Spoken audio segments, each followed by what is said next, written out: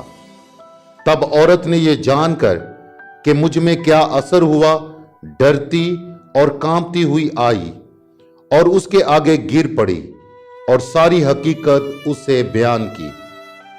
تب اس نے اسے کہا، بیٹی، تیرے ایمان نے تجھے خلاصی دی، سلامت چلی جا اور اپنی تکلیف سے بچی رہ۔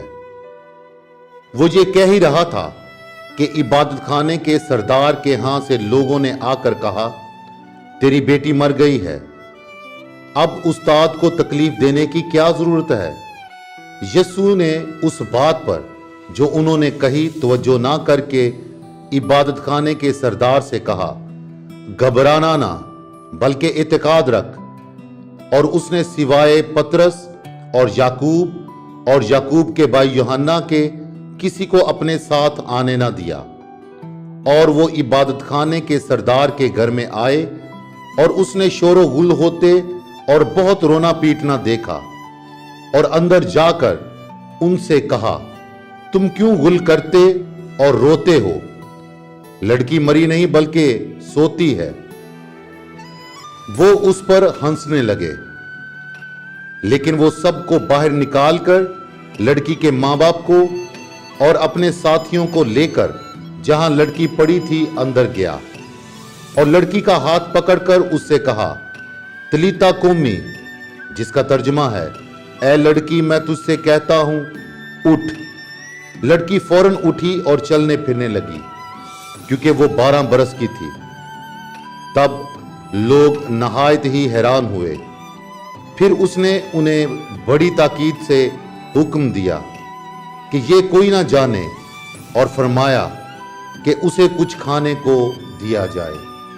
انجیل مقدس کے وسیلہ سے ہماری تمام خطائیں معاف کی جائیں۔